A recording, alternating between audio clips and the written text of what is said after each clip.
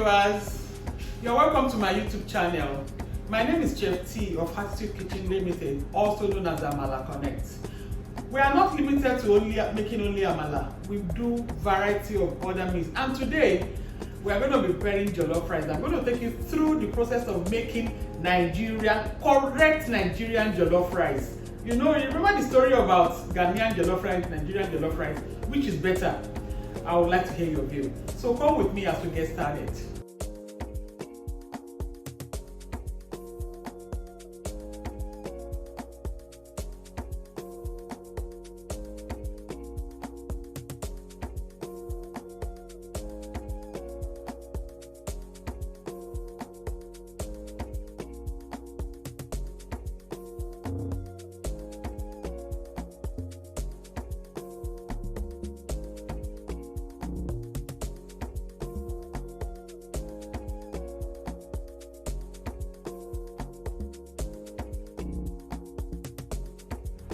My dear viewers, in making jollof rice, the pot you use really matters.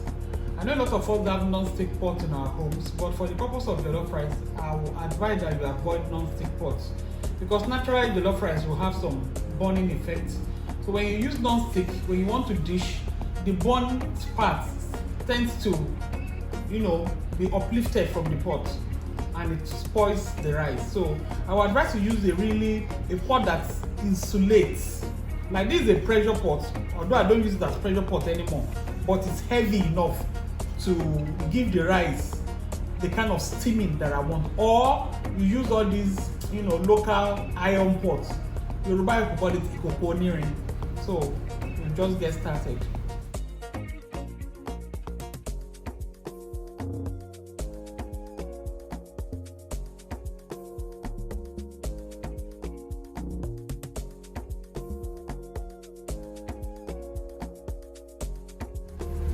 So the first thing that goes into your pot is your oil. For the quantity of rice I'm cooking, because I'm still going to use butter, I'll use just 4 spoons of this to fry my onion.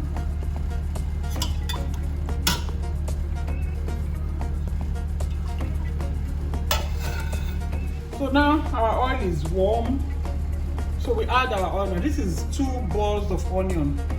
You'll agree with me that onion is a lifesaver, and it's also a very natural, sweetener if you don't want to use too much of a seasoning.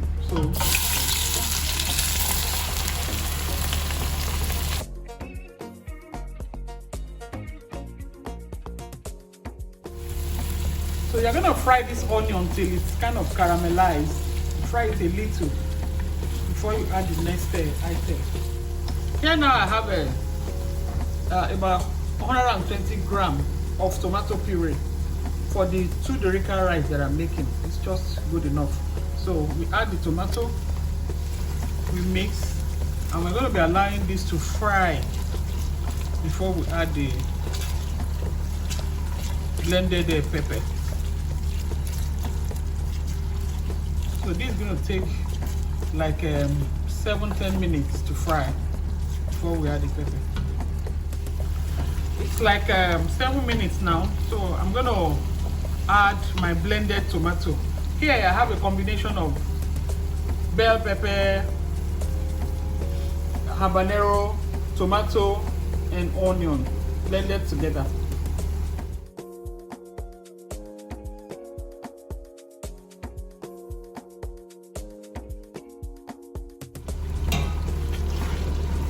We incorporate it. And this is going to be boiling and it will get fried. So we're going to be we have to fry this for like 15 minutes. 2 catering spoons of curry, 2 catering spoons of thyme, 1 spoon of oregano,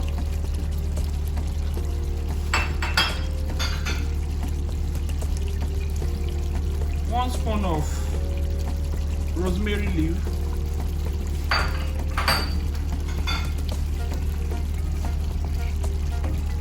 1 spoon of of nutmeg.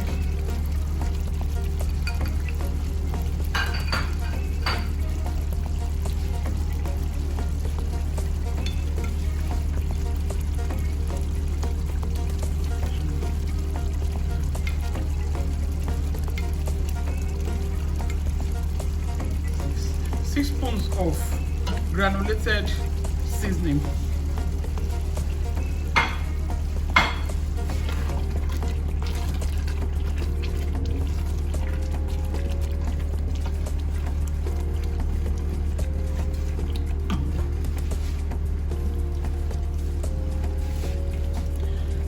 You have to be very careful with salt. In this cooking, I'm not using chicken stock. If you are going to be using chicken stock or meat stock, you have to take into consideration the sweetness of the stock before you do your salt. But your salt must go into the sauce before the rice goes in. So in this instance, I'm not using any stock, so I'm going to use a sizable quantity of salt. Now I've added 4 spoons, so I'm going to leave it like this for now. When I taste later, if it needs additional salt, I will do so. This is our ginger and garlic. Very, very, very important for jollof rice. Very, very essential. So I'm going to be blending this in. This is my blended ginger and garlic. I have the processed one at home that I use for emergency purposes. But I always prefer to use the fresh one for my jollof rice. This is just like 1 whole ginger and about 6 cloves of garlic.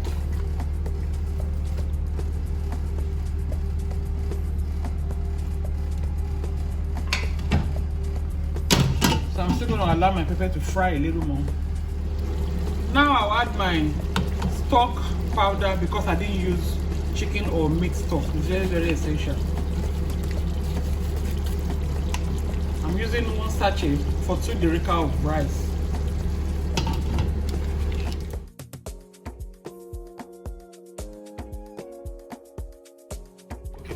Our sauce is well fried.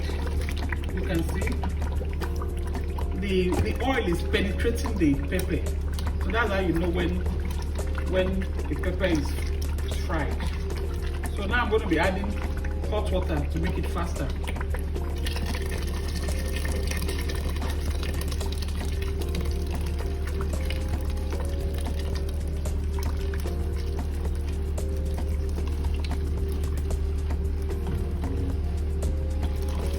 Depending on the type of rice you are using, I may not be able to tell you the quantity of water I'm adding, but after adding your rice, your water should just be a little above the rice, so your rice does not get soggy. Some people do parboil their rice before cooking in the sauce, but I really do not like that idea. You know why? Reason being that a parboiled rice already is half done, so it won't have enough. The sauce will not have enough time to boil with the rice to give it, the real jollof rice look and taste. Some of them look like you are mixing stew with boiled rice. No, boil your rice raw with the sauce. Just be mindful of how you regulate your heat. So this water, I'm going to allow it to boil again. At this point, before you add your rice to your water and sauce, please taste for salt or for sweetening. Yeah, this is good enough. Because when you add the water, of course, it absorbs the sweetness, and the rice that you are going to add will further absorb the sweetness. So you have to make your water very, very sharp. It shouldn't be too light in terms of sweetening, because when you add your rice, the rice will further absorb the condiments and the sweetening, that is the seasoning, and you don't want to start adding salt when your rice is already getting dry. So I'm going to be adding my rice now. In my previous video, I already told us to always wash our rice with salt to take the starchy effect away. And I've done just that. Oh dear. And when you are putting your rice in your sauce, please use hand to take the rice out of the water, because some of these Nigerian use an imported rice, but if you are going to be using Nigerian rice, some of them still have stones, so the stone can go down. Give it a good turn so that the rice mixes with the sauce very, very well.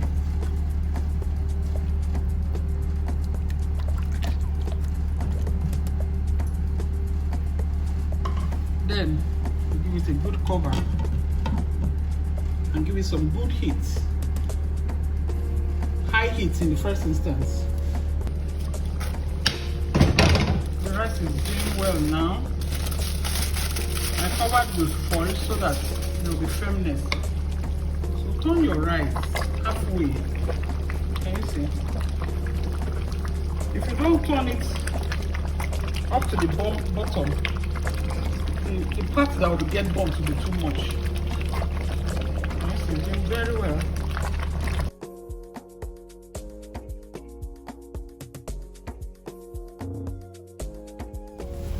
So viewers, our rice has been steaming for some minutes now.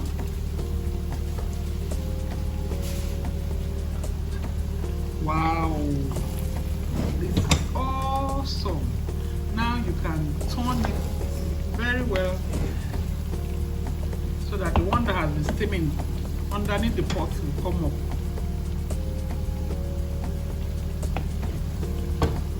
This is real party jollof rice. Come on.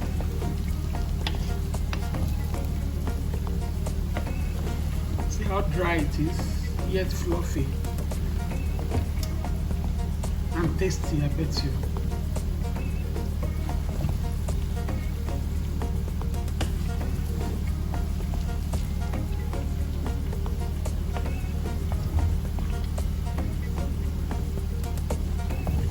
When you are turning your rice, I advise you use a turning stick, not spoon. So if you use spoon, the burnt part will get scooped into the rice. But with turning stick, you cannot get it chopped.